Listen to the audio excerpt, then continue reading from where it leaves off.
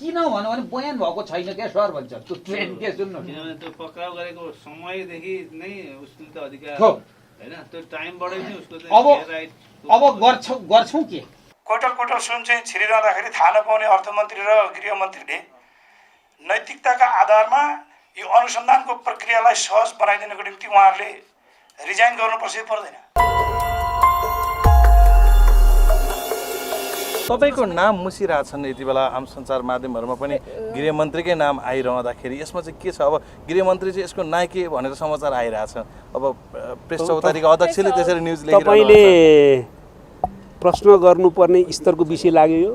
पुलिसको चाहिँ नालको वरिपरि राखेर चाहिँ उसलाई बयान लिन थाल्यो अनि जसरी भए पनि साबित गराउने। त्यसो गर्दा दोषी छुट्ने, निर्दोष पक्राउ पर्ने।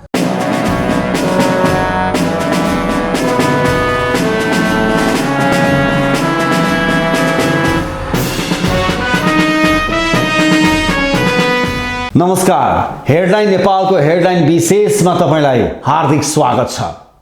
यति बेला 100 केजी सुनकाण्ड झन्झन शङ्कास्पद बन्दै गएको छ। त दर्शकवृन्द, त्यसैले आजको कार्यक्रममा हामीले यो रेडी ट्रेड प्रणाली जुन गएको विक्रम सम्वत 2079 साल चैत्र 19 गते मात्र दर्ता भएको कम्पनी रजिस्टर कार्यालयको तथ्याङ्कमा डाटामा देखिन्छ। अर्थात् यो रेडी ट्रेड प्रणालीले गएको 79 चैत्र 19 गते मात्र हिजो अस्ति दर्ता भएर 3 महिनाको अवधिभित्र कति पटक के सामग्रीहरू ल्यायो त्यसको डाटा, त्यसको तथ्याङ्क त्रिभुवन अन्तर्राष्ट्रिय विमानस्थलमा अवस्थित भन्सार कार्यालयमा के छ त्यो डाटा पनि यहाँहरु समक्ष हामी प्रस्तुत गर्नेछौँ। र हामीले 100 केजी सुनकाण्ड झन्झन शङ्कास्पद भयो भनेर किन भन्दैछौँ भने आजको कार्यक्रममा हामी स्मरण गरौँ यो रेडी ट्रेड प्रणाली 2079 चैत्र 19 गते तपाईको दर्ता भएको देखिन्छ। कहाँ भन्दा कम्पनी रजिस्टरको कार्यालयमा। यसको ठेगाना देखिन्छ बुढा नीलकण्ठ नगरपालिका, यसको ठेगाना राखिएको छ। त अब हामी स्मरण गरौँ, यति बेला उपप्रधानमन्त्री तथा गृहमन्त्री को छ? नारायण काजी श्रेष्ठ। अर्थमन्त्री को छ? डाक्टर प्रकाश रण महत। अहिले दुवैजनाको नाम तानिएको छ। नेपाली कांग्रेसका सांसदले आज संसदीय समितिमा भनेका छन् अर्थमन्त्री र गृहमन्त्री, उनी कांग्रेसका सांसद हुन् तर उनले भनेका छन् कांग्रेसकै अर्थमन्त्री भए पनि अर्थमन्त्री र गृहमन्त्रीले अब नैतिकताको आधारमा राजीनामा दिनुपर्छ।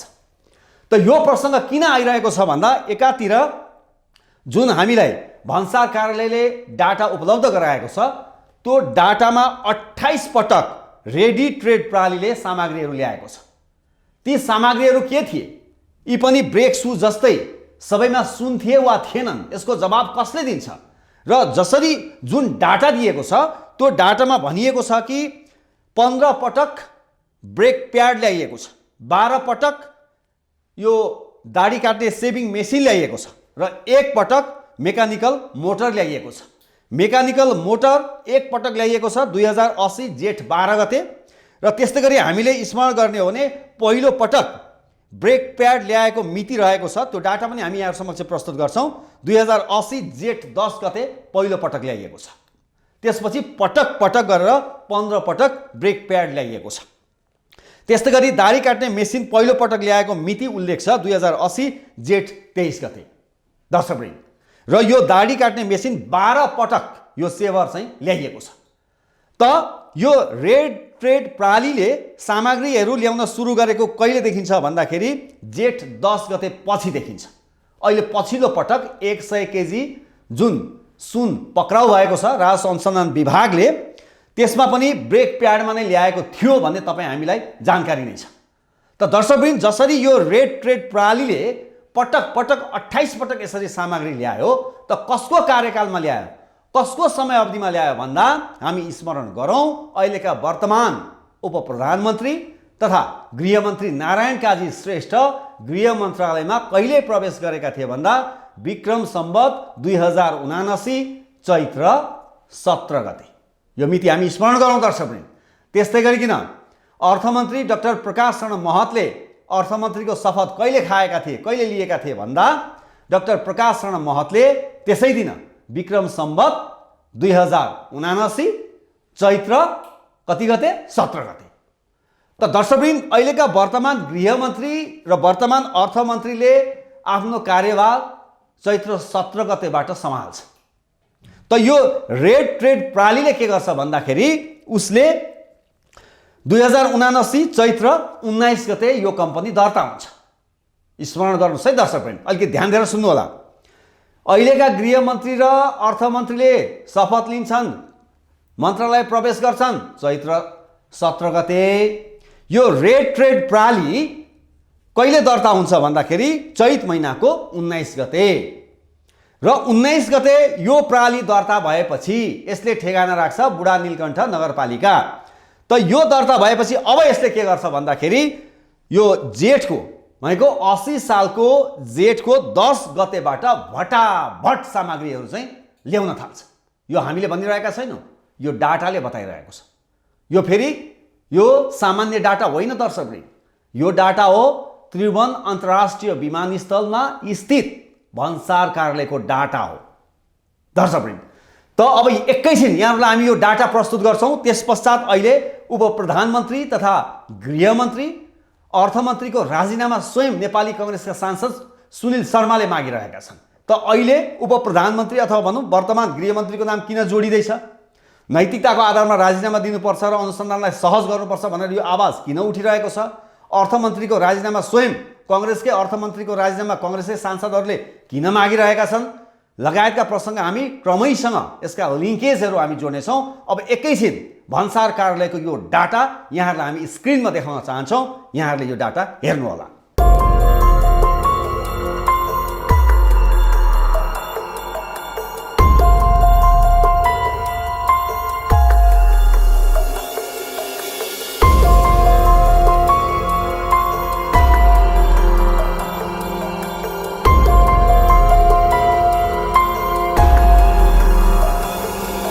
त्रिभुवन अन्तर्राष्ट्रिय विमानस्थलमा स्थित भन्सार कार्यालयको डाटा यहाँ समक्ष हामीले स्क्रिनमा राख्यौँ। यो अलिकति हामी समग्रमा यहाँहरूलाई फेरि पनि एकपटक स्मरण गराउन हामी यो प्रसङ्ग जोड्दैछौँ। यो रेडी ट्रेड प्रणाली कहिले दर्ता भयो भन्दा विक्रम सम्वत 2079 चैत्र 19 गते। यसले अहिलेसम्म 28 पटक सामग्रीहरू त्यहाँबाट आयात गरेको तथ्याङ्कले देखाएको छ।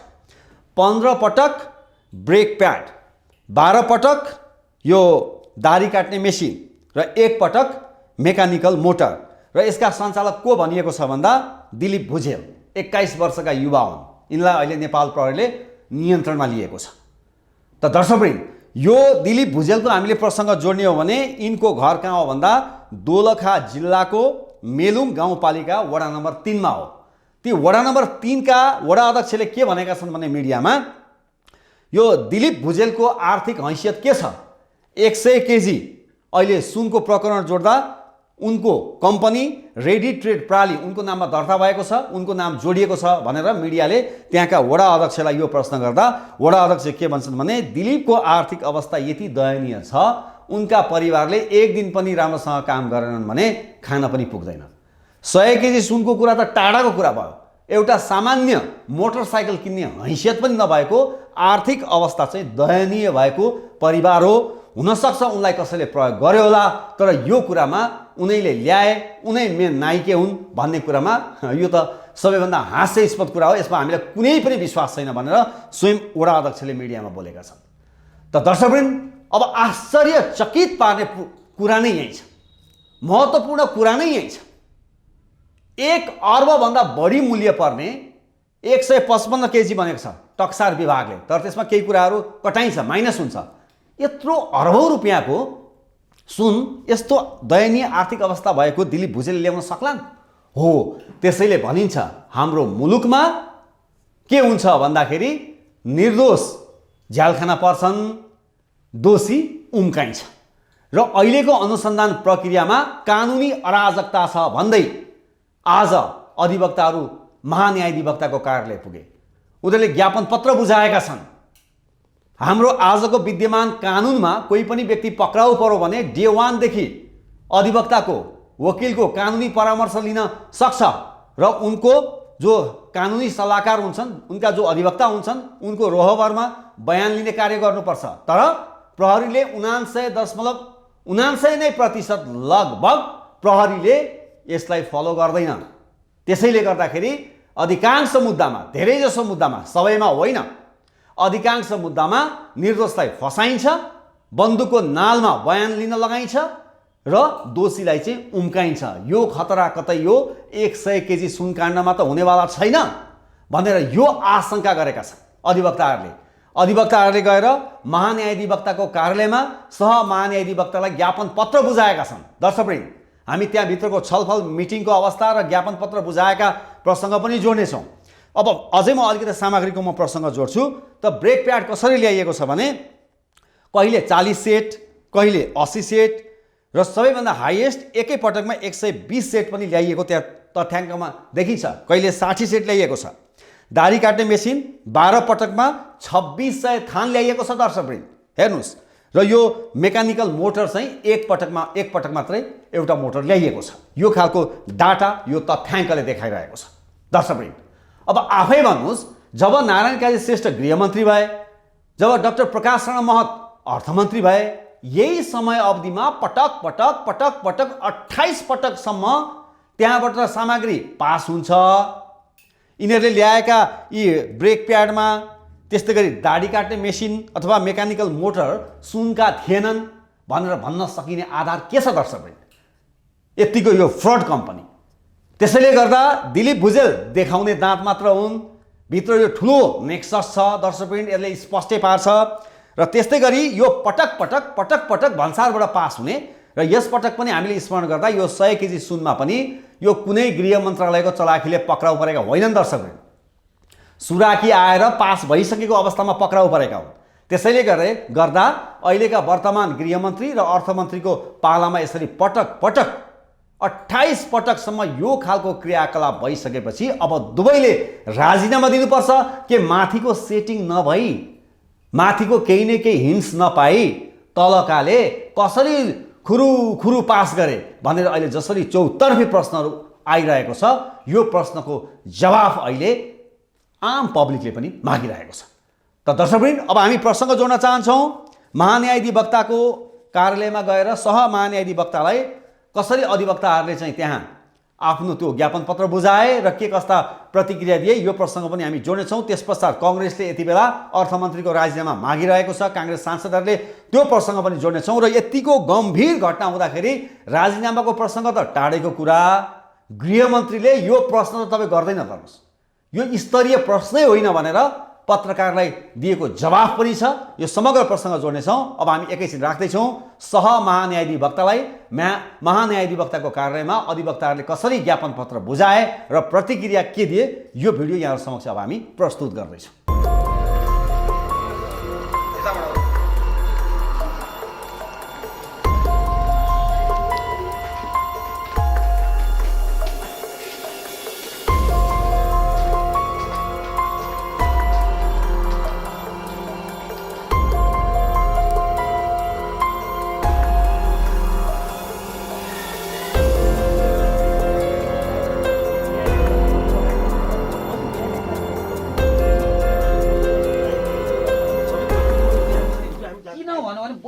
छैन क्या सर भन्छ त्यो ट्रेन के सुन्नु, किनभने त्यो पक्राउ गरेको समयदेखि नै उसले त अधिकार हैन, त्यो टाइमबाटै नै उसको अब गर्छौँ के चाहिँ फलाना चाहिँ सरकारी वकिलका उसमा गरेको मौकाको बयान भन्छौँ हामी, पुलिस कहाँ गरे पनि त्यसको सवाल जवाफ नम्बर सामान्यतया 4 मा आउँछ, कसैको 8 मा आउँछ। त्यहाँ अरू लेख्यो भने तपाईँलाई कानुन व्यवसाय नियुक्ति गर्ने अधिकार छ, तपाईले कानुन व्यवसायसँग सल्लाह लिन सक्नुहुन्छ।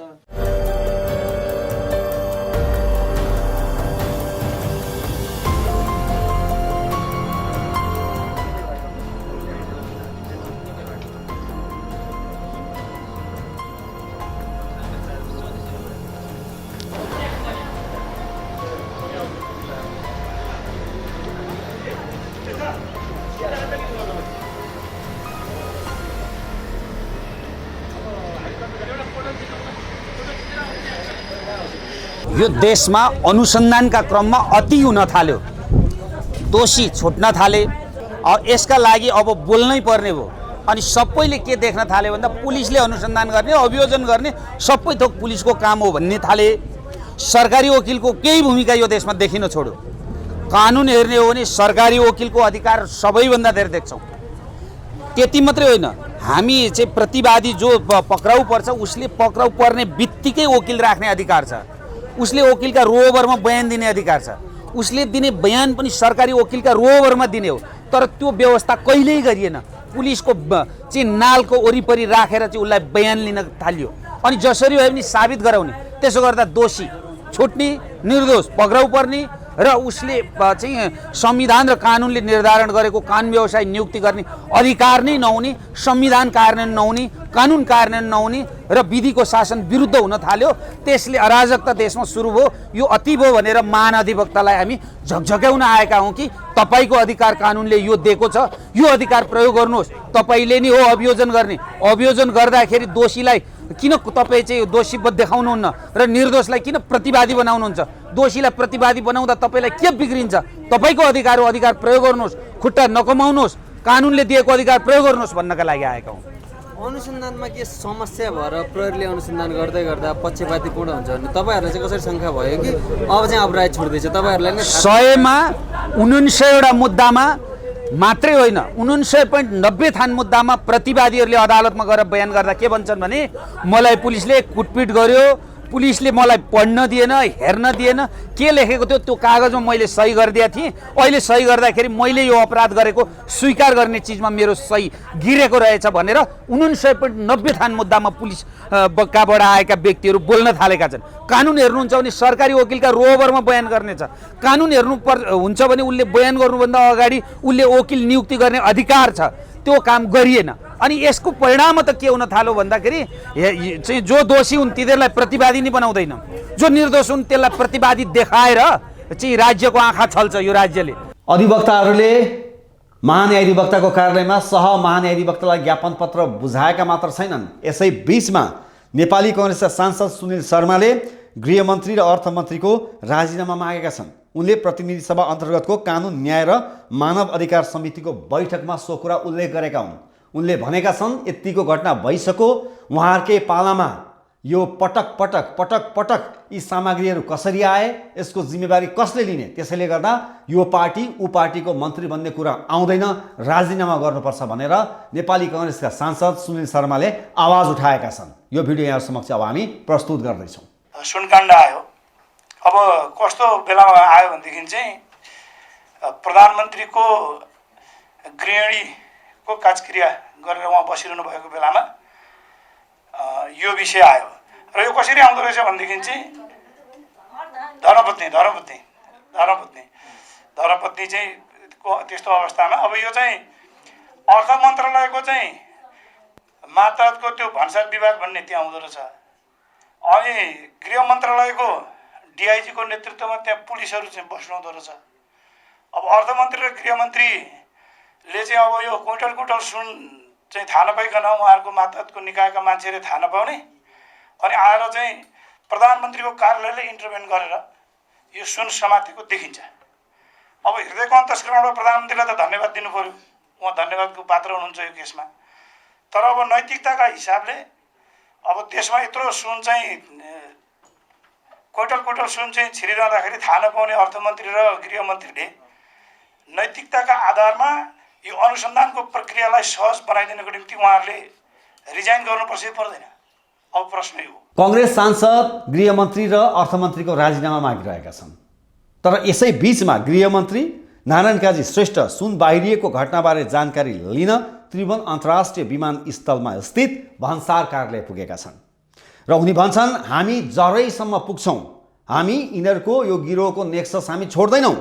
हामी जसरी पनि तपाईहरु याद गर्नुहोला, जसरी पनि हामी चाहे त्यो कुनै पार्टीका हुन्, जुनसुकै तहका हुन्, जो कोही हुन्, हामी छोड्नेवाला छैनौँ भन्दै गृहमन्त्रीले मिडियामा यस किसिमले पत्रकार सम्मेलनमा आफ्नो कुराहरू राख्छन्। यो छानबिन र अनुसन्धानको प्रक्रियालाई यसको जरैसम्म पुग्ने गरी अगाडि बढाउनुपर्छ।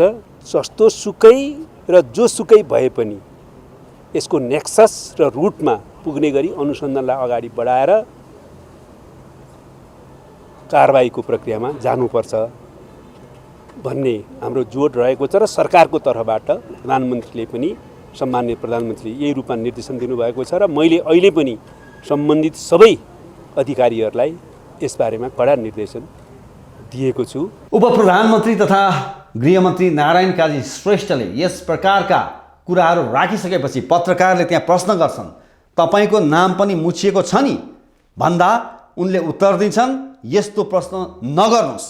यो देशको भ्रष्टाचार विरोधी सुशासनको अभियानलाई कुनै पनि प्रकारबाट असफल पार्ने वा दिग्भ्रमित पार्ने प्रयासबाट विचलित गर्न सक्छु भनेर कसैले सोचेको छ भने त्यो नसोचे पनि हुन्छ भनेर आफ्नो बचाउ गर्छन्। दर्शकवृन्द, एकैछिन हामी नारायण काजी श्रेष्ठको यो भनाइ सुनौँ। तपाईँको नाम मुसिरहेछन् यति बेला आम सञ्चार माध्यमहरूमा पनि गृहमन्त्रीकै नाम आइरहँदाखेरि यसमा चाहिँ के छ? अब गृहमन्त्री चाहिँ यसको नायक भनेर समाचार आइरहेछ।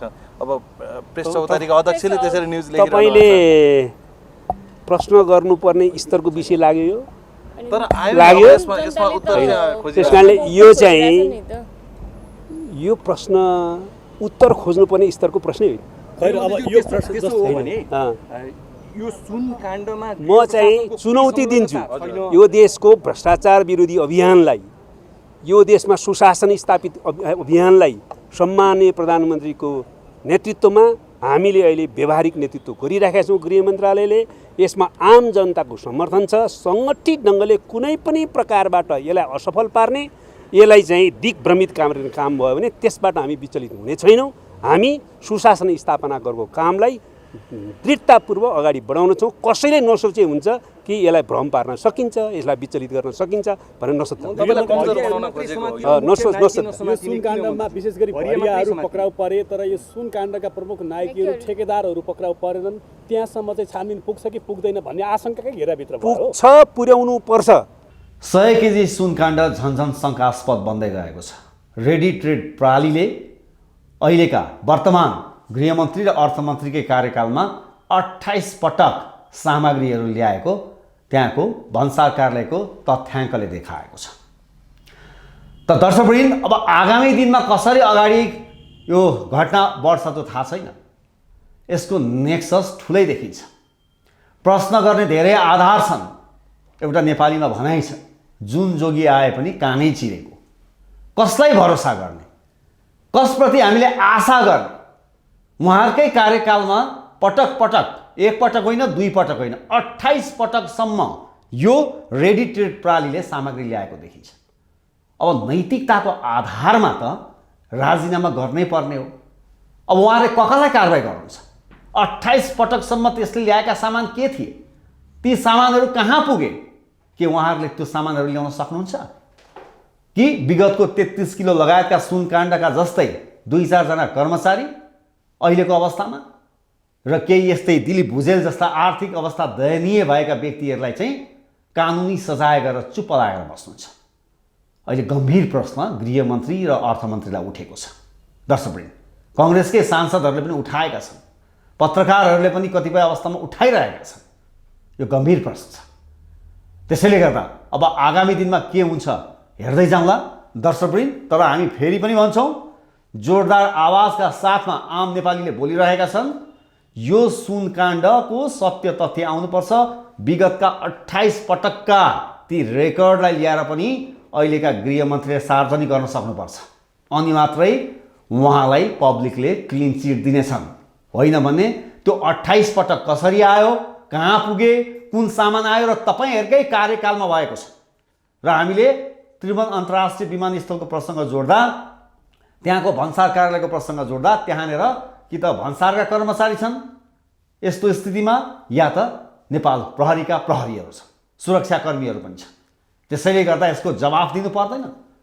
यसको जवाफ दिनलाई यहाँहरू तयार हुनुहुनेछ र सत्य तथ्य बाहिर आउनेछ भन्ने हामी आशा गरौँ। दर्शकवृन्द, आजको हेडलाइन विशेष आजलाई यति नै। अर्को भिडियोमा तपाईँ हाम्रो भेटघाट हुनेछ। आजलाई म बिदा हुन्छु। आज्ञा दिनुहोस्। नमस्कार।